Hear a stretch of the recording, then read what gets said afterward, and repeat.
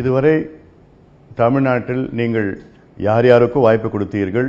கர்ம வீரர் காமராசர் அவர்களுக்கு வாய்ப்பு கொடுத்தீர்கள். மிகச்சிறந்த நல்ல நேர்மையான ஒரு ஆட்சியை கொடுத்தார், நல்ல திட்டங்கள் கொடுத்தார், உலக அளவிலே பாராட்டுகளை பெற்றார்.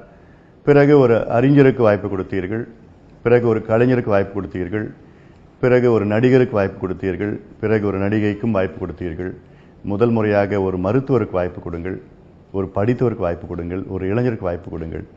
இந்த அன்புமணிக்கு ஒரு வாய்ப்பு கொடுத்து பாருங்கள். உங்களுக்கு நல்ல ஆட்சி, மது இல்லாத ஆட்சி, ஊழல் இல்லாத ஆட்சி, அனைவருக்கும் நல்ல தரமான கல்வி, நல்ல சுகாதாரம், அனைவருக்கும் வேலை வாய்ப்பை உருவாக்குவோம். விவசாயிகள் மகிழ்ச்சியாக இருப்பார்கள்.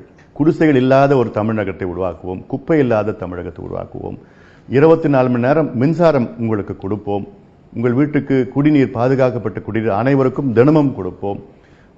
சுற்றுச்சூழல் மாசு இல்லாத நல்ல ஒரு தமிழகம், போக்குவரத்து நெரிசல் இல்லாத ஒரு தமிழகத்தை உருவாக்க இந்த அன்புமணிக்கு அனைவரும் சேர்ந்து ஒரு வாய்ப்பு கொடுங்கள்.